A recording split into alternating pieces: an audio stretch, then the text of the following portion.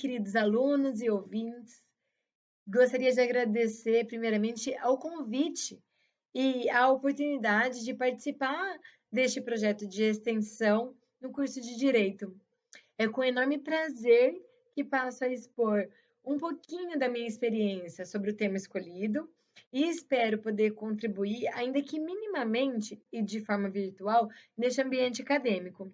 Eu vou tentar, de forma ampla, abordar o assunto sobre a retomada das atividades comerciais e de prestação de serviços municipais diante deste contexto de pandemia e os limites do controle judicial sobre os atos da administração municipal.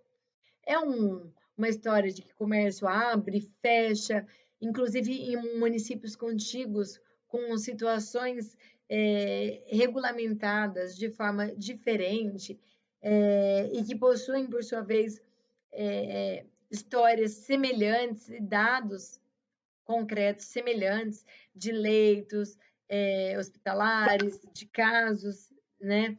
Enfim, então, diante desse contexto, vou abordar um pouquinho desse assunto com vocês. Esse assunto, ele abre um leque para várias discussões, né? Os grupos de Whats em família e amigos, eles se dividem como em época de eleição. Mas, considerando esse espaço que me foi cedido, eu vou, de forma técnica, justamente pelo próprio ambiente que estamos, e de forma mais sucinta, trazer um conteúdo teórico que deve servir como premissa e norteador dos nossos pensamentos para o enfrentamento dessa questão. De forma genérica, não tem como chegar à conclusão desse estudo sem abordar pelo menos 3 conteúdos, que são os atos administrativos, a competência e os limites do poder jurisdicional. É preciso ter noção sobre tais assuntos para adentrar na análise específica desse tema, que tem gerado muitas controvérsias e questionamentos, tanto para a população leiga quanto para o poder judiciário. Para tentar expor de forma um pouquinho mais didática e compreensível, eu vou discorrer sobre os tópicos mencionados, ainda que de forma superficial, mas abordando seus aspectos relevantes para então passar a analisar a lei federal. Bom, sobre os atos administrativos. Os atos administrativos, eles se revelam como uma manifestação unilateral expedido pelo Estado, em seu sentido lato sensu, no exercício da função administrativa, para aplicar a lei ao caso concreto. O decreto, ele é um ato administrativo de competência exclusiva do chefe do executivo, destinado a prover situações individuais ou genéricas. O decreto, ele pode conter, da mesma forma que a lei, regras gerais e abstratas, dirigindo-se a todas as pessoas que se encontram na mesma situação ou tratar, por sua vez, de um assunto exclusivamente relacionado a determinada pessoa, como, por exemplo, um caso de decreto de desapropriação, o que não é o caso do que estamos estudando.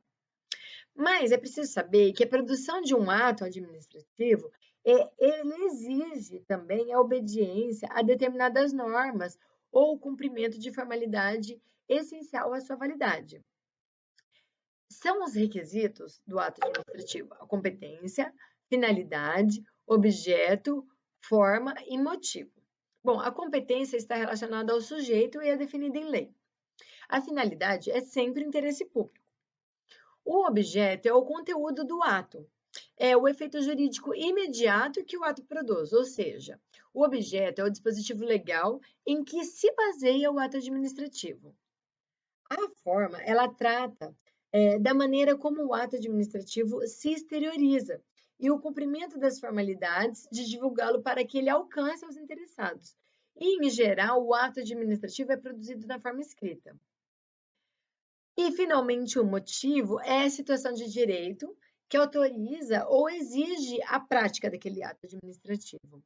Esse motivo, por sua vez, ele pode se apresentar como um elemento vinculado ou discricionário, e isso vai depender de como a lei vai estabelecer. Quando o ato é vinculado, a lei taxativamente, de forma fechada, ela estabelece uma única opção administrativa, sem qualquer margem de liberdade para o agente público. Por exemplo, constatada a hipótese fática prevista na norma legal, não tem espaço para avaliações subjetivas, juízo de conveniência e oportunidade. E daí o agente público ele estará obrigado, vinculado a praticar o ato da forma como previsto. Por exemplo, a concessão da licença maternidade a uma servidora pública. Trata-se de um exemplo de um ato vinculado. Por sua vez, os atos discricionários devem ser entendidos aqueles em que a lei, ela previamente, ela estabelece um espaço de atuação para o agente público, nos limites em que ele atuará de forma legítima, escolhendo a alternativa que, diante das circunstâncias do caso concreto, melhor atenda ao interesse público, melhor cumpra a finalidade prevista em lei, mas daí à luz dos seus critérios de conveniência e oportunidade. Esse espaço de atuação, essa certa margem de liberdade, que está também delimitada em lei, no âmbito do qual o agente público competente poderá, como dito, à luz dos critérios de conveniência e oportunidade, avaliar a situação concreta e, assim, definir entre as opções legitimamente apresentadas aquela que melhor atenda ao interesse público, retrata, na verdade, o mérito administrativo. Mas como saber que o ato, que vai existir discricionariedade no ato? Que o ato é discricionário?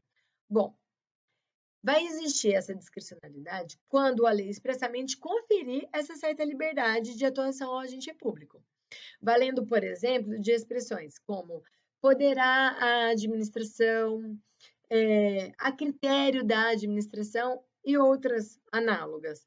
Ou ainda também quando a lei se valer de conceitos jurídicos indeterminados, que são conceitos de valor. Todavia, essa margem de atuação, essa discricionariedade, ela também deve obediência aos termos da lei. Então, a gente pode dizer que o primeiro limite de atuação do ato discricionário é a própria lei. Só haverá discricionariedade dentro dessas balizas expressamente delimitadas pelo legislador. Se o agente público competente extrapolar esse limite, o ato deixa de ser discricionário e passa a ser arbitrário, escapando da discricionariedade e entrando no terreno da arbitrariedade e configurando assim um abuso de poder. Considerando essa possibilidade, os mecanismos aptos a estabelecer essas limitações à discricionariedade administrativa são os princípios da razoabilidade, proporcionalidade, a teoria dos motivos determinantes e a teoria do desvio do poder e finalidade. Passando agora à análise da competência, da análise da Constituição, conclui-se que a implementação de providências administrativas e a edição de medidas legislativas relacionadas à proteção da saúde pública, elas se inserem, respectivamente, nas competências comum e concorrente das três ordens de governo que convivem na nossa federação, ou seja, a União, Estados e município. Essa questão, este ponto, aliás, ele foi reafirmado pelo STF em decisões cautelares recentes, proferidas pelos ministros Alexandre de Moraes, na ADPF 672, e Marco Aurélio, na ADI 6341. Essa última, inclusive, referendada pelo plenário em sessão virtual agora de 15 de abril de 2020.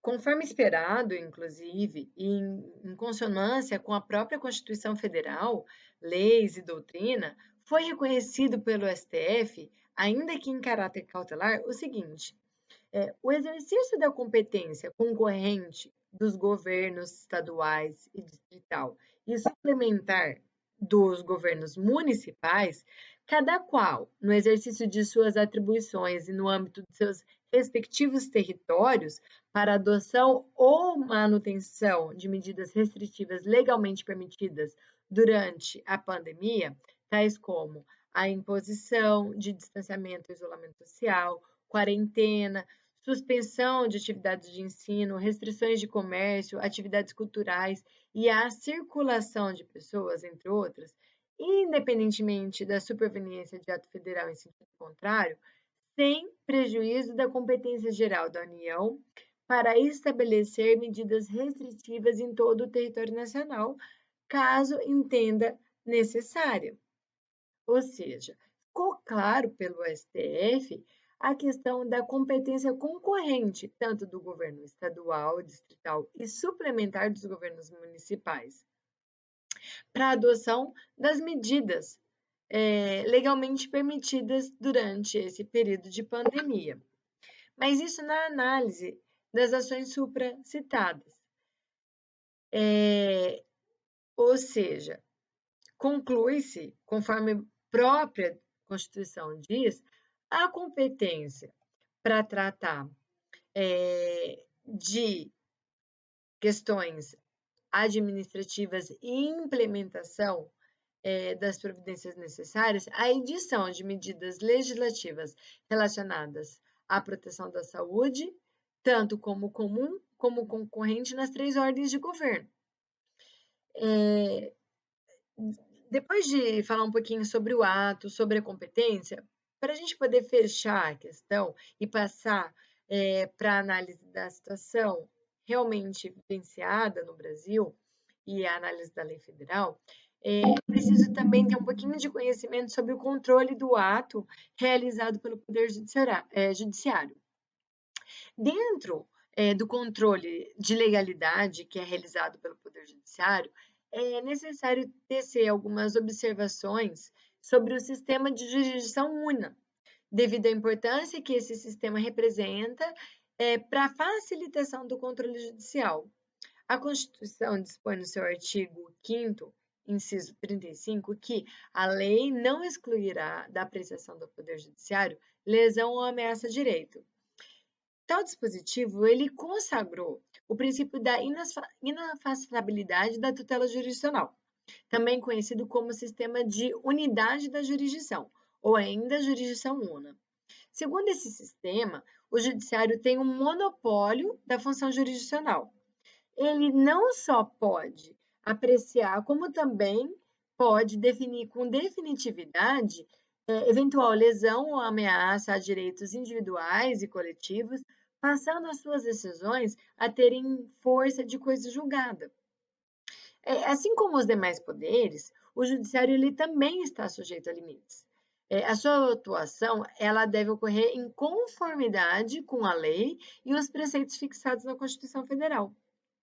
Em diversos momentos, foi mencionado que o controle judicial ele se restringe aos aspectos da legalidade dos atos administrativos, que o judiciário não pode invadir o mérito de outro poder, porque significaria discutir ou até mesmo modificar as razões dentro do seu âmbito de discricionalidade que levaram o administrador a editar determinado ato. O mérito ele consiste no juízo de oportunidade e conveniência que permite ao administrador a tomar a melhor decisão diante daquele caso concreto que está sendo analisado. Então, o próprio administrador, diante da situação que lhe é posta a julgamento, a quem cabe avaliar discricionariamente a situação e tomar a melhor decisão dentre as admitidas pelo direito. Se o juiz pudesse analisar a conveniência e oportunidade dos atos praticados pelo outro poder, como no caso o Poder Executivo, por exemplo, ele acabaria atuando como um administrador público e não como um juiz, deixando de lado daí e deixando de lado as suas atribuições jurisdicionais e invadindo uma competência que não é sua. Se a lei, que não é o caso, autorizasse o juiz a apreciar o mérito, nós iríamos apreciar o mérito do ato administrativo, nós iríamos encontrar dentro do judiciário uma categoria vitalícia de administradores públicos e não aplicadores do direito. O fato de não poder apreciar o mérito não significa a impossibilidade do judiciário apreciar a legalidade ou a constitucionalidade dos atos normativos do Poder Executivo. São coisas distintas.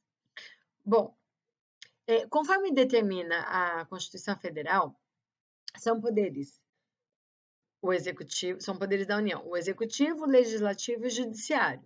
Nós temos no Estado 3 funções essenciais, né? Esse mesmo artigo 2º da Constituição Federal estabelece que os poderes executivo, legislativo e judiciário são independentes e harmônicos entre si, o que é, sem dúvida alguma, uma das características mais marcantes da democracia e que acaba fortificando o verdadeiro Estado democrático de direito, como um Estado brasileiro. De fato, os poderes, eles devem e são realmente independentes e harmônicos entre si. Mas em determinadas situações é possível uma quebra desse conceito e admitida uma atenuação dessa independência. Porque dentro da própria Carta Constitucional encontra-se disposições que autorizam a interferência de um poder sobre o outro, que se constitui um sistema de freios e contrapesos. Sabendo, então, que o ato administrativo é composto pelos elementos competência, finalidade, forma, motivo e objeto, toda vez que for comprovada alguma ilegalidade na sua formação ou até mesmo na execução deste ato, se for devidamente provocado, o judiciário ele pode, na verdade, ele deve agir decretando a imediata anulação do ato, permitindo assim que este controle dos freios e contrapesos assegure que a administração atue de fato em consonância com os princípios que lhe são impostos pelo ordenamento jurídico, como os princípios da legalidade, moralidade, finalidade, publicidade, motivação e pessoalidade. Assim, partindo dessas 3 premissas que eu discorri e passando a analisar a Lei Federal 13.979 de 2020, que dispõe sobre as medidas para o enfrentamento da emergência de saúde pública de importância internacional decorrente do coronavírus, responsável pelo surto desde 2019, observa-se que referida lei, ela estabelece medidas que objetivam a proteção da coletividade. Nesse ínterim, ela preceitua a legislação, encomenda, inclusive, essa lei federal, em seu artigo 3º, diversas medidas para o enfrentamento da emergência de saúde pública, de importância, inclusive, internacional. Podendo essas medidas serem adotadas pelas autoridades no âmbito de suas competências, resguardando, todavia, o exercício e o funcionamento dos serviços públicos e atividades essenciais, as quais elas estão colacionadas nos decretos 10.282 e 10.292 de 2020. Mas, não obstante esse resguardo do exercício e funcionamento dos serviços essenciais, salienta o parágrafo 1º do artigo 3º, que tais medidas elas somente poderão ser determinadas com base em evidências científicas e em análises sobre as informações estratégicas em saúde e deverão ser limitadas no tempo e no espaço, ao mínimo indispensável à promoção e à preservação da saúde pública. Nesse contexto, conclui-se que a lei ela jamais vedou, até o presente momento, o funcionamento de atividades e serviços não essenciais. Com efeito, a teor do que preceitua o artigo 30, inciso 1º da Constituição, como eu já asseverei anteriormente, que é competência também do município legislar sobre assuntos de interesse local, como suplementar legislação federal e estadual, no que couber a competência concorrente dos entes da administração direta para adoção de medidas de combate ao coronavírus, uma vez que são providências relacionadas com a proteção da saúde, nos termos do artigo 23.2, temos que, diante dessas competências comum e concorrente, os estados e municípios começaram a legislar por conta própria diante dessa situação de emergência em saúde pública e começaram a estabelecer em âmbito local as condições para a retomada das atividades comerciais e de prestação de serviços.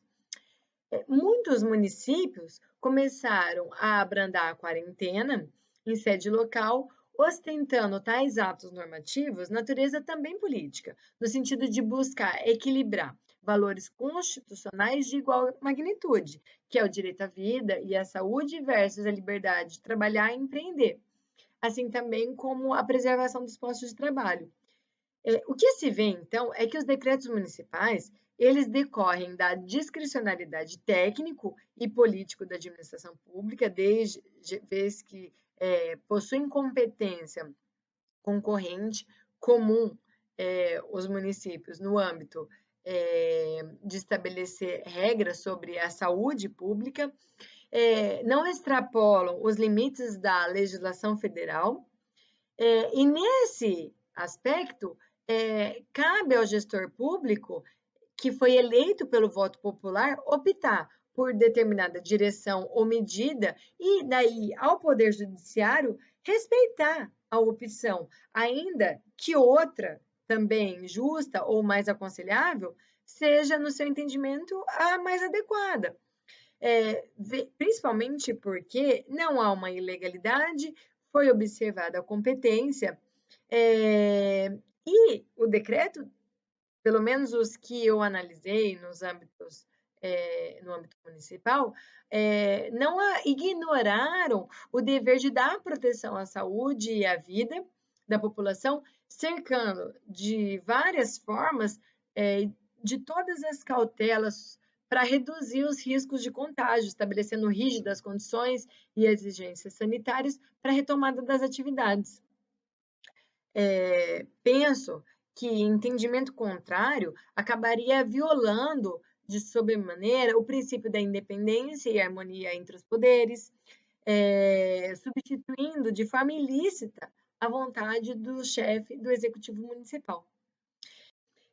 Bom, em linha de princípio, excetuadas as situações de gritante ilegalidade ou inconstitucionalidade, não cabe ao Poder Judiciário substituir-se ao Poder Executivo Municipal, de modo a interferir nas delicadas escolhas entre manter ou abrandar as medidas de distanciamento ou isolamento social. A Lei 13.979 de 2020 é apenas autorizativa, não impositiva. Como dito, vale relembrar, em seu artigo 3º, enuncia que, para o enfrentamento da emergência de saúde pública decorrente do coronavírus, as autoridades poderão adotar, no âmbito de suas competências, diversas medidas, dentre as quais o isolamento e a quarentena. Ora, não tem como interpretar tal possibilidade de restrição sem compreender que implicitamente terá o poder de flexibilizar ou revogar tais restrições, se elas se revelarem desnecessárias, excessivas ou inoportunas. Portanto, o abrandamento da quarentena pelo município, desde que fundamentado em critérios técnicos e nas peculiares circunstâncias locais, em nada infringe a Lei 13.979 de 2020 ou o seu regulamento. Bom, para finalizar, era isso que eu gostaria de deixar para vocês, refletirem sobre esse tema. Este é o meu posicionamento, embasado na doutrina, na jurisprudência, no entendimento no STF. Mas eu gostaria de deixar uma mensagem, além de compartilhar um pouquinho deste conhecimento, que eu sei que é mínimo, uma mensagem de positividade para vocês, para que cada um de vocês reflita sobre a sua essência, a sua importância nessa vida, buscando sempre contagiar as pessoas ao seu redor e melhor se relacionar com a humanidade. Não é um trabalho fácil, é um trabalho árduo e diário, mas é possível. Talvez essa quarentena nos dê essa oportunidade e a oportunidade de fazer novas escolhas e novos focos. Priorizem de qualquer forma, independentemente da escolha ou do seu foco, a positividade, porque ela é contagiante, vocês vão ver. Eu tenho certeza que vamos sair fortalecidos dessa crise e espero de coração ter contribuído de alguma forma na compreensão deste tema. E vou ficando por aqui. Agradeço mais uma vez pelo gentil convite e oportunidade. Fiquem com Deus, um abraço, até uma próxima.